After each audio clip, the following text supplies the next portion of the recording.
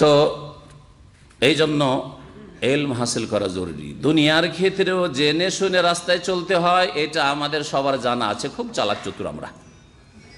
দিনের ক্ষেত্রে কেন অন্ধ তকলিদ আমরা করে থাকি, মুরব্বীদের, বুজুর্গদের, আর অমুকের আর তমুকের, ইমাম সাহেবের। কেন? এই ক্ষেত্রে কি আল্লাহ পাক এলম ছাড়েন নাই? আল্লাহ পাক কি এলম, ওয়াহির এলম নাজিল করেন নাই? কোরআনে কারীম ওহী নয়? রাসূলুল্লাহ সাল্লাল্লাহু আলাইহি ওয়াসাল্লাম হাদিস কি ওহী নয়? সুতরাং এলম শিখে, কোরআনে বা হাদিস যে যতটা পারছেন শিখেন, আর চোখ খুলে চলার চেষ্টা করেন, যাতে করে আলেমের কথা অবশ্যই নিতে হবে। নিজে আবার মুজতাহিদ সেজে যাবেন না তিনটা হরফ পড়ে।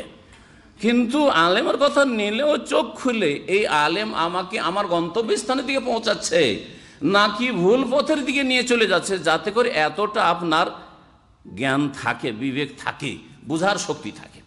এইটুকু অত্যন্ত জরুরি দিনের ক্ষেত্রে।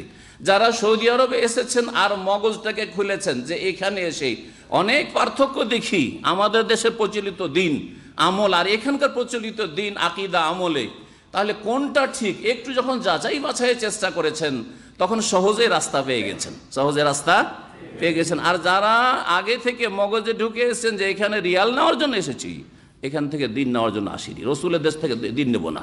দিন কোত্থেকে নেব? ওই ভারত উপমহাদেশের দিন নেব।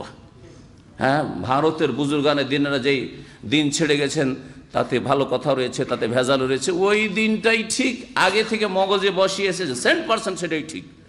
আর তার ব্যতিক্রম হতে পারেন না। তারা যদি ভুল পথে চলে আমিও ভুল পথে, অসুবিধা নেই। তারা যদি জাহান্নামের পথে থাকে আমরাও জাহান্নামের পথে।